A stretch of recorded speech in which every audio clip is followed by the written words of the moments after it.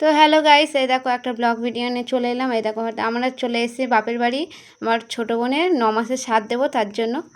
যেহেতু আমার বাবার করার কেউ নেই, আমরা 3 বোনই মানে আমার বাবার আসতে, তাই আমি আগের দিন চলে এসেছিলাম, আমি আর আমার কর্তা আমার 2 ছেলে নিয়ে।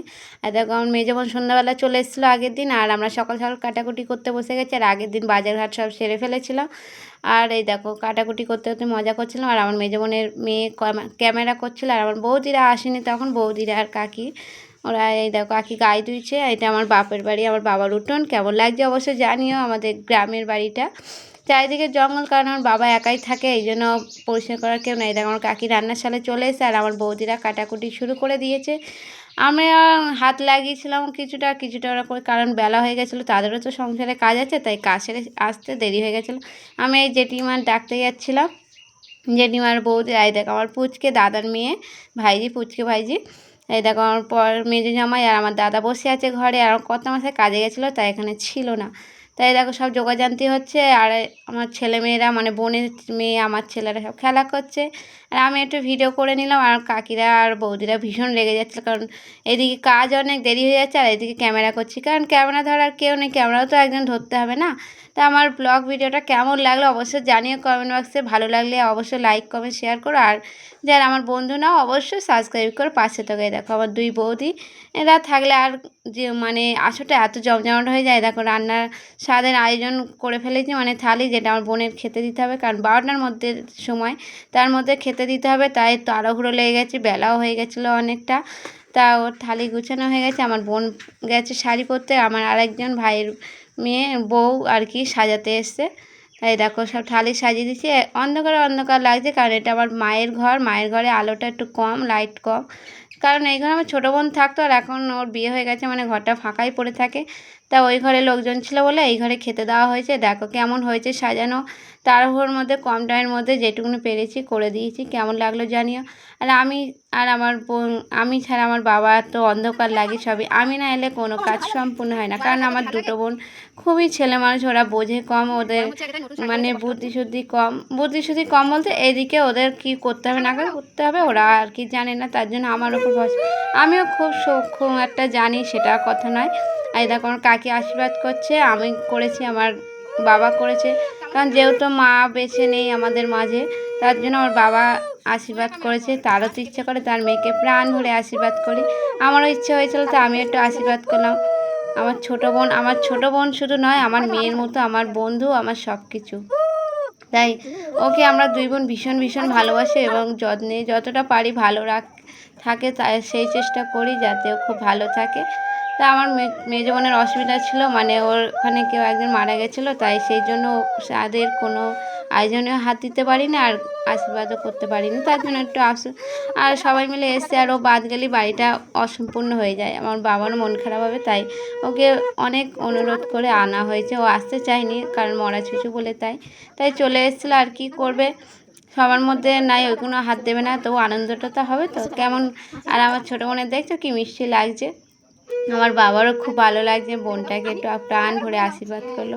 বাবা তো আর জানে না, ওই জন্য একটু আমি বলে দিলাম পাশ থেকে। তারপরে ওর আয়োজন করে দিয়ে ওর খেতে বসিয়ে তারপরে আমরা চলে গেছিলাম খাওয়া দাওয়া করতে। মানে জামাই বোনরা সব রয়েছে, যেহেতু আমার কর্তা কাজে গেছে, ও ছিল না, আর জামাইগুলো তো রয়েছে, তাদের খেতে দেওয়া হয়েছে। আমার দাদাকেও চলে এসেছিলো। তারপরে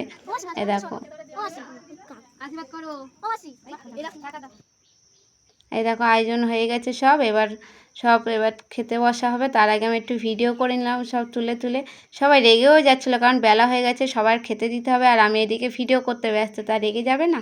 এবার জামাই বোনদের সবার খাওয়ানো হয়ে গেছে, সবাই চলে গেছে, আর আমি আমার একটা দাদার ভাত গুছাচ্ছিলাম, আর ওরা খেতে বসেছে।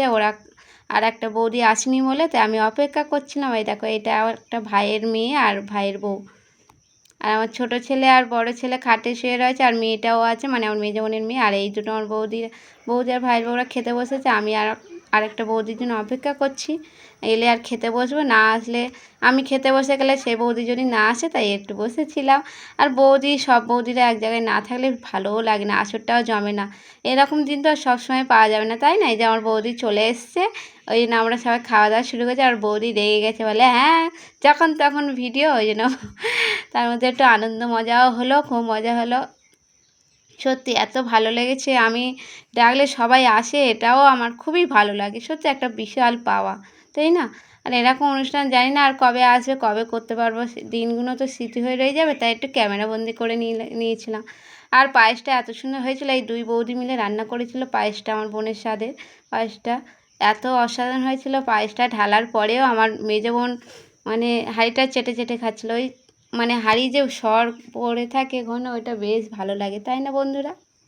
আর আমার বোনেরা খুব লক্ষ্মী। এমন এমন এমন দিন আমাদের গেছে, কাটিয়েছি, তাই এখন সব কিছুর মর্ম বুঝি, তাই একটু কিছু নষ্ট আমরা করি না। নষ্ট করলে মনে হয় গায়ে লাগে। তাই আমার মেয়ে যেমন লাস্টে হাঁড়ি চেটে গেছিলো, আর আমরা খুব মজা করছিলাম, খুব ভালো লাগছে দেখছিলাম। আমার বৌদিরা দেখেছে, এই বৌদিরা না থাকলে আসরটা জমে না, তাই না বন্ধুরা? দেখতেই পাচ্ছ। আর আমার কাকিও আমাদের বন্ধুর মতো, জানো, এত মজা করে, এত মজা করে।